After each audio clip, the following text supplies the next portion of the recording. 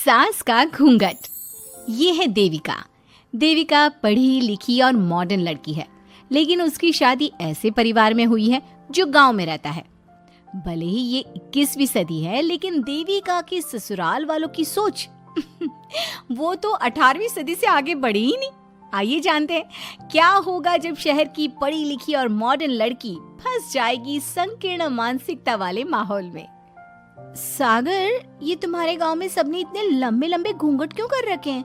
और ये सब मुझे इतना घूर घूर कर क्यों देख रहे हैं? अरे यार, तुम भी घूंघट कर लो ना, इसीलिए तो देख रहे हैं सब तुम्हें। कम ऑन सागर, मैं घूंघट नहीं कर सकती। तुम्हें पता है ना मैं कौन हूँ। लेकिन देविका, मेरे पिताजी, चाचा जी, बड़े भैया और जीजा जी ने तुम्हें बिना घूंघट के देख लिया ना तो बहुत गुस्सा होंगे और न जाने कौन कौन से फरमान सुनाएंगे। घर चलो, देखा जाएगा जो होगा। सागर देविका से कई बार कहता है कि वो घूंघट कर ले, लेकिन देविका सागर की नहीं सुनती और अपने ससुराल के दरवाजे पर पहुंच जाती है।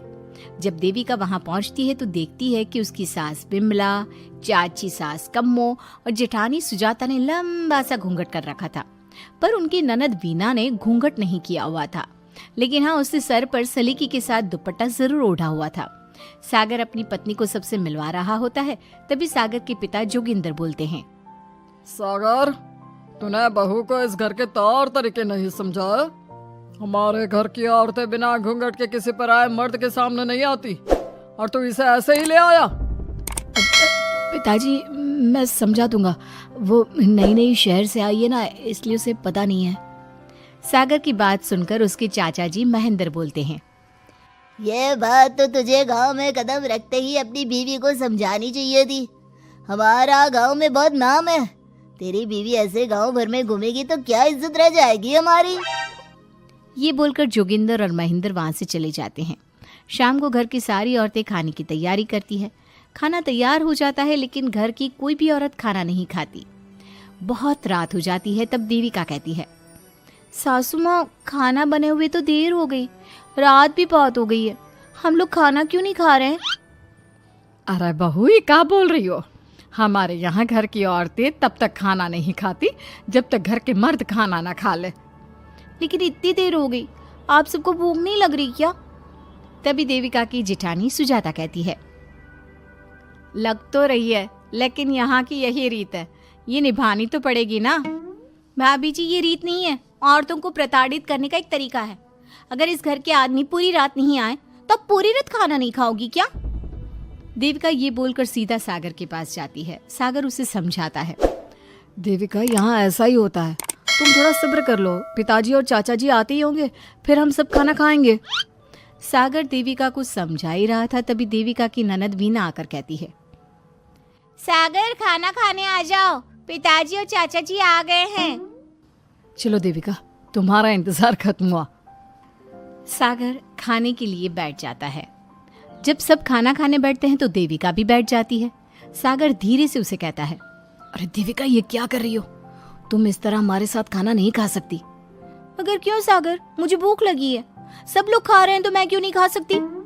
ये हमारे घर का नियम है, पहले घर के आदमी खाते हैं और बाद में औरतें। लेकिन सागर, हमारे घर में तो ऐसा कोई नियम नहीं है। देविका और सागर में बहस छिड़ जाती है। तब सागर का बड़ा भाई कहता है, सागर, तेरी बीवी को एक बार में समझ में नहीं आता क्या कि इस घर की औरतें मर्दों के खाना खाने के बाद ही खाना खा सकती है? भैया, मैं देविका को यही समझा रहा था। मुझे तो लग रहा है कि इसके दिमाग में कोई बात ही नहीं बैठती एक बार में। भैया, मेरे दिमाग में बात तब बैठेगी ना जब आपकी बात कोई ढंग की होगी। अरे आखिर क्यों घर की औरतों को आप लोगों की बात खाना मिलेगा? हाँ, अब से पहले घर की किसी औरत ने घर की किसी मर्द से इस लहजे में बात नहीं की थी, इसलिए वो सब देविका की बात सुनकर हैरान रह गए। तभी सागर की जीजा और वीना के पति कल्याण जी कहते हैं, ये क्या है सागर, इस घर की दीवारों को औरतों की इतनी ऊंची आवाज सुनने की आदत नहीं है। अपनी बीवी को बोल जरा होश से काम ले और चुपचाप चली जाए। क्यों चली जाऊं मैं चुपचाप? इस घर की औरतें आपकी हर बात बर्दाश्त कर लेंगी, लेकिन मैं शहर की पढ़ी लिखी लड़की हूँ। आपके कोई भी फालतू के रीति रिवाज मैं नहीं बर्दाश्त करने वाली। इस तरह देविका ने सारे घर की औरतों के लिए मिसाल पैदा कर दी। जोगिंदर के घर में पहली बार किसी महिला ने विरोध का स्वर उठाया है, ये बात घर के किसी मर्द को बर्दाश्त नहीं हो रही है। तभी जोगिंदर कहता है, महेंद्र, मोहन, इस बेशर्म लड़की को कमरे में बंद कर दो और आज इसे कोई खाना नहीं देगा। अगर किसी ने इसे खाना दिया तो मैं उसे जिंदा नहीं छोड़ूंगा। महेंद्र और मोहन उसे कमरे में बंद कर देते हैं और उसे खाना भी नहीं देते। रात के 3 बज जाते हैं। भूख की वजह से देविका को नींद भी नहीं आती। तभी उसे कुछ महसूस होता है। ऐसा लग रहा है कोई दरवाजा खोल रहा है, लेकिन इतनी रात को कौन हो सकता है? कहीं सागर तो नहीं? देविका उम्मीद भरी नजरों से दरवाजे की तरफ देखती है, लेकिन दरवाजा खोलने वाला सागर नहीं बल्कि विमला और कम्मो है। माँ जी, चाची जी, आप दोनों? बहू, ये ले, हम तेरे लिए खाना लाए हैं, खा ले। और ये बात ना तो किसी को बताना मत कि हमने तुझे खाना दिया है, नहीं तो हमारे मर्द मार मार कर हमारा बुरा हाल कर देंगे। माँ जी, आप यहाँ इतना घुट घुट कर क्यों रहती हो? देविका, अब तू भी इस घर की बहू है, तू भी हमारी तरह रहना सीख ले। इस घर के कायदे कानून अपना ले। इस घर के मर्द तो कभी बदलने वाले हैं नहीं बहू, तो तू ही बदल ले अपने आप को। माँ जी, बदलाव अच्छे के लिए हो तो हमें बदलना चाहिए। बेकार और बेतुकी बातों का तो विरोध करना चाहिए। दोनों ने देविका को समझाने की कोशिश की, लेकिन देविका ने उल्टा उन्हें ही समझा दिया। इसी तरह एक दिन देविका किसी बात पर जोर जोर से हंस रही थी। तभी देविका की सास विमला ने उसे टोकते हुए कहा, अरे बहू, तू इतनी जोर जोर से क्यों हंस रही है? हमारे घर की औरत इतनी जोर जोर से नहीं हंसती। विमला अपनी बहू को समझा रही थी कि तभी महेंद्र बोलता है, अरे कम्मो, कौन है ये औरत जो बेशर्मों की तरह जोर जोर से हंस रही है? तभी कम्मो और देविका बाहर आ जाती हैं। जी जी, वो मैं हंस रही थी चाचा जी। अब आप लोग हंसने पर भी पाबंदी लगाओगे क्या?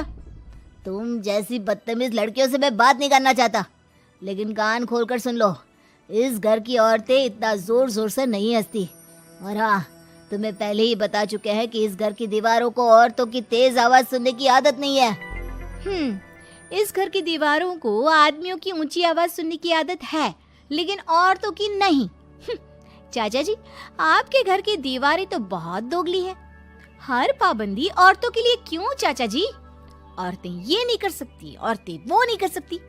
औरतें सांस ले सकती है या उस पर भी पाबंदी है? चुप हो जाना बहू, मत बोल और घूंघट कर ले। ये तेरे चाचा ससुर है, थोड़ा तो लिहाज कर। कम्मो के समझाने पर भी देविका चुप नहीं होती। वो महेंद्र से ऐसे ऐसे सवाल पूछती है जिनका जवाब उसके पास होता ही नहीं। महेंद्र गुस्से से सागर को आवाज देता है। महेंद्र की आवाज सुनकर घर के सभी आदमी बाहर आ जाते हैं। जी जी चाचा जी, आपने बुलाया? अपनी मुंह जोर बीवी को यहाँ से ले जाने तो कुछ अनर्थ हो जाएगा। क्या हुआ चाचा जी? तेरी बीवी जिस तरह से मुझसे बात कर रही है, छोटे बड़े की तमीज नहीं है इसे। कम से कम 7 दिन तक ये कमरे से बाहर नहीं निकलनी चाहिए। अगर इसे मैंने कमरे से बाहर देख लिया तो किसी की खैर नहीं, समझे? पर मैंने कुछ गलत नहीं बोला। सागर, जो सच है मैंने वही कहा है। देविका, चलो मेरे साथ। लेकिन सागर, मेरी बात तो सुनो। सागर देविका को वहां से ले जाता है। इसी तरह से कई दिन बीत गए। अब देविका अपने ससुराल में हर गलत बात का विरोध करने लगी, लेकिन जितना ज्यादा वो विरोध करती, उसके ससुराल वाले उस पर उतना ही ज्यादा अत्याचार करते। अब देखना यह है कि देविका अपने ससुराल वालों के अत्याचार को यूं ही सहती रहेगी। क्या उसके ससुराल में घूंघट में औरतों का दम इसी तरह घुटता रहेगा? अगर आप इन सवालों के जवाब जानना चाहते हैं ना, तो हमें कमेंट करके ज़रूर बताइएगा। और हमारी स्टोरी को लाइक, शेयर और चैनल को सब्सक्राइब करना ना भूलें।